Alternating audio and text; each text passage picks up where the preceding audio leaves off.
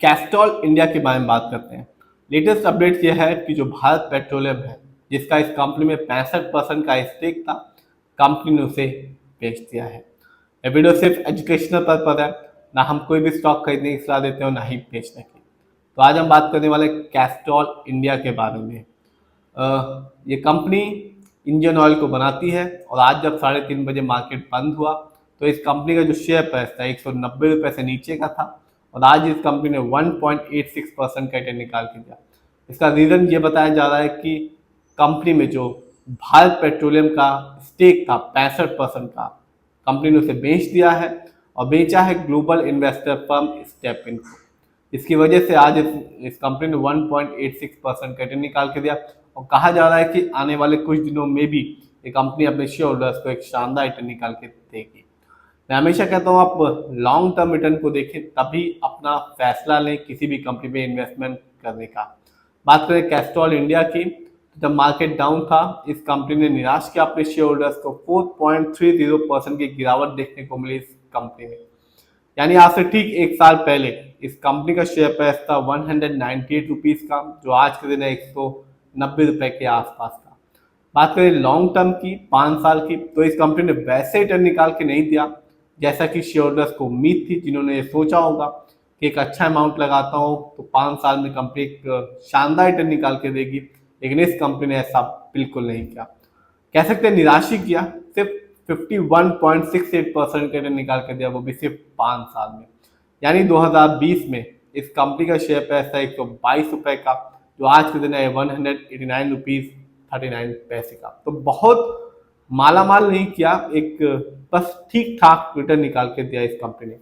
Stock के performance को देखते हैं तो हाईएस्ट शेयर प्राइस गया 251 रुपीज़ 95 पैसे इस साल, जबकि लोएस्ट शेयर प्राइस आया 162 रुपीज़ 60 पैसे का। न्यूज़ यही है कि जो भारत पेट्रोलियम है, जिसका इस कंपनी में 65% का स्टेक था, उसने अपने स्टेक को बेच दिया है और बेचा है ग्लोबल इन्वेस्टर फर्म स्टेपिन को। डिविडेंड को देखूं, यानी कि इवेंट्स में नजर डालते हैं, तो इस साल इस कंपनी ने अपने शेयर होल्डर्स को 3 बार डिविडेंड निकाल के दिया। एक बार 3 रुपये 50 पैसे का, एक बार 5 रुपए का और एक बार 4.5 रुपए का। तो जिसके पास भी इस कंपनी की शेयर की अच्छी क्वांटिटी होगी, एक अच्छा अमाउंट, एक शेयर के एक बल्क में क्वांटिटी लिया होगा, उसे एक अच्छा खासा डिविडेंड का अमाउंट देखने को मिला होगा। क्योंकि डिविडेंड का बेनिफिट तभी होता है जब आपके पास किसी कंपनी की शेयर की एक अच्छी खासी क्वांटिटी होती है। फंडामेंटल्स पे नजर डालते हैं तो कंपनी का मार्केट कैप है 18,388 करोड़ का। ये कंपनी मिड कैप की है क्योंकि मार्केट कैप 5,000 करोड़ के ऊपर था और 20,000 करोड़ के नीचे का। पीवी रेशियो 10.11 है। शेयर मार्केट में एक अच्छा पीवी रेशियो कहलाता है, 1 या तो बिलो 3। इंडस्ट्री भी अच्छा खासा 44.58 है। शेयर मार्केट में एक अच्छा इंडस्ट्री पी होता है 20 से लेकर 25 के बीच में। ये बताता है कि कंपनी का स्टॉक मार्केट में कैसा परफॉर्म कर रहा है। क्या वो बहुत ज़्यादा सस्ता तो नहीं हो गया, क्या वो बहुत ज़्यादा महंगा तो नहीं हो गया। डेब्ट टू इक्विटी यानी कि लोन कर्ज आप देख सकते हैं 0.04 है, यानी कि कैस्ट्रॉल इंडिया पर लोन कर्ज किसी भी तरह का नहीं है। आरओई बहुत ही अच्छा है, 52.58% का है। शेयर मार्केट में एक अच्छा जो आरओई कहलाता है वो होता है 15% से लेकर 20% के बीच में। आरओई बहुत इंपॉर्टेंट चीज़ होता है क्योंकि ये बताता है कि कंपनी हमारे पैसे को कैसे इस्तेमाल कर रही है। ईपीएस इस कंपनी का 9.87 कम है, क्योंकि एक अच्छा ईपीएस जो होता है किसी भी कंपनी का, वो अच्छा कहलाता है 80 और उससे ज़्यादा का। ईपीएस ये बताता है कि कंपनी ने लास्ट 12 महीने में कितना कमाया। डिविडेंड यील्ड 6.99 है, बहुत ही अच्छा। शेयर मार्केट में एक अच्छा डिविडेंड यील्ड कहलाता है 2% से लेकर 6% के बीच में, और बहुत ही कम कंपनियां होती हैं जिनका जो डिविडेंड यील्ड 6% से भी ऊपर होता है। कैस्ट्रॉल उन्हीं में से एक कंपनी है जिनका डिविडेंड 6% से भी ऊपर का है।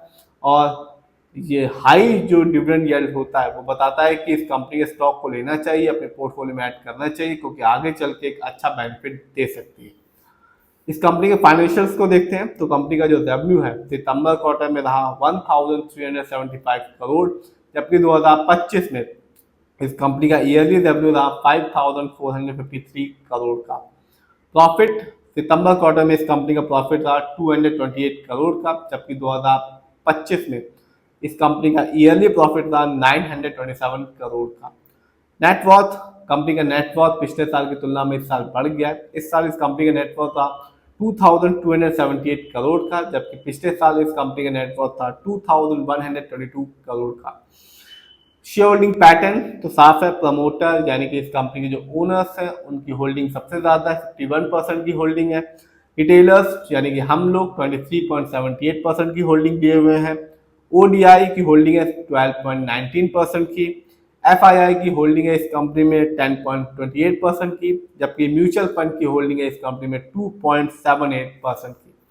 तो कंपनी का जो लेटेस्ट न्यूज यही है कि जो भारत पेट्रोलियम है उसने अपने स्टेक को 65% स्टेक को कैस्ट्रॉल इंडिया से बेच दिया है और बेचा एक ग्लोबल इन्वेस्टमेंट फर्म को।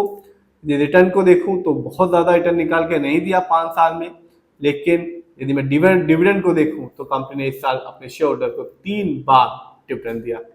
फिर भी आप जिस भी कंपनी के शेयर को खरीदना, खुद रिसर्च करना, एनालाइज करना, अपने फाइनेंशियल एडवाइजर की राय लेना, तभी अपने पैसे को शेयर मार्केट में लगाना।